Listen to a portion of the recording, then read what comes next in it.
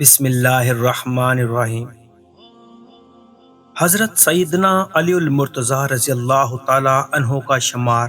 عشرہ مبشرہ میں ہوتا ہے۔ آپ رضی اللہ تعالی عنہ کے فضائل و مناقب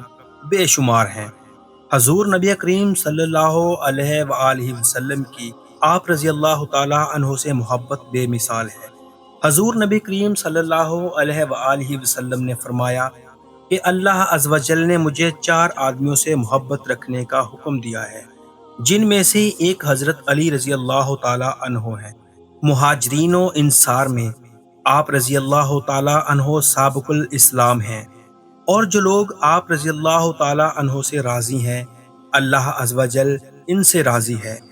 حضرت سیدنا علی المرتضیٰ رضی اللہ تعالی عنہ وہ شخص ہیں جنہوں نے حضور نبی کریم صلی اللہ علیہ وآلہ وسلم کی آواز پر لبیک کہا اور اللہ عز و جل کی رضا اور جنت کی نعمتوں کے حقدار ٹھہرے۔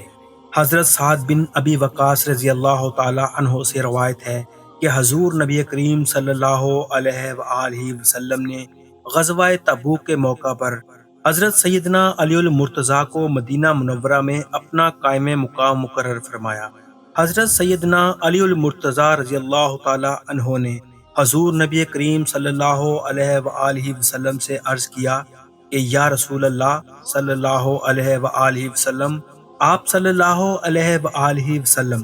مجھے عورتوں اور بچوں پر خلیفہ بنا کر جا رہے ہیں۔ حضور نبی کریم صلی اللہ علیہ وآلہ وسلم نے فرمایا،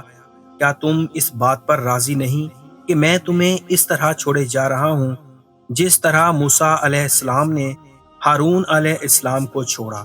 جبکہ فرق صرف اتنا ہے کہ میرے بعد کوئی نبی نہیں ہوگا۔ ام المومنین حضرت ام سلمہ رضی اللہ تعالی عنہ سے روایت ہے کہ حضور نبی کریم صلی اللہ علیہ وآلہ وسلم نے فرمایا کہ منافق علی رضی اللہ تعالی عنہ سے محبت نہیں رکھتا اور مومن علی رضی اللہ تعالی عنہ سے بغض نہیں رکھتا۔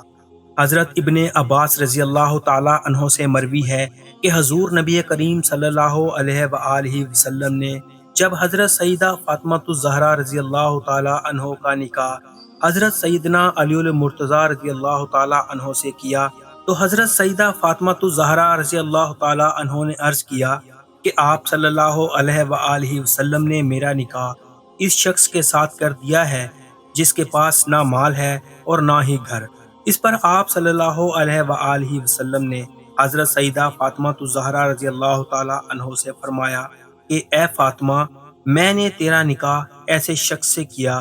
جو مسلمانوں میں علم و فضل کے لحاظ سے سب سے دانا اور بہترین ہے۔ حضرت سعد بن ابی وقاص رضی اللہ تعالی عنہ فرماتے ہیں کہ حضور نبی کریم صلی اللہ علیہ وآلہ وسلم مکہ مکرمہ سے واپس مدینہ منورہ تشریف لا رہے تھے۔ آپ صلی اللہ علیہ وآلہ وسلم نے غدیر خم کے مقام پر اپنے تمام صحابہ کرام رضی اللہ تعالی عنہ کو جمع کیا اور فرمایا، تمہارا ولی کون ہے؟ صحابہ کرام رضی اللہ تعالی عنہ نے 3 مرتبہ جواب میں کہا کہ ہمارے ولی اللہ اور اس کے رسول صلی اللہ علیہ وآلہ وسلم ہیں۔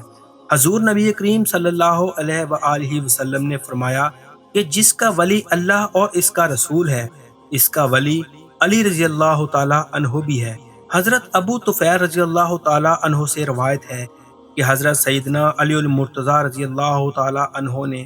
لوگوں کو جمع کیا اور ان سے پوچھا کہ تمہیں یاد ہے کہ حضور نبی کریم صلی اللہ علیہ وآلہ وسلم نے غدیر خم والے دن اللہ اور اس کے رسول نے میرے بارے میں کیا فرمایا تھا؟ مجمع میں سے 30 افراد نے با آواز بلند کہا کہ حضور نبی کریم صلی اللہ علیہ وآلہ وسلم نے فرمایا تھا کہ جس کا مولا میں ہوں، علی رضی اللہ تعالی عنہ بھی اس کا مولا ہے۔ طبرانی کی روایت ہے کہ حضور نبی کریم صلی اللہ علیہ وآلہ وسلم نے فرمایا، جس نے علی رضی اللہ تعالی عنہ سے محبت کی، اس نے مجھ سے محبت کی، اور جس نے علی رضی اللہ تعالی عنہ سے دشمنی کی، اس نے مجھ سے دشمنی کی، اور جس نے مجھ سے محبت کی، اس نے اللہ سے محبت کی، اور جس نے مجھ سے دشمنی کی، اس نے اللہ سے دشمنی کی۔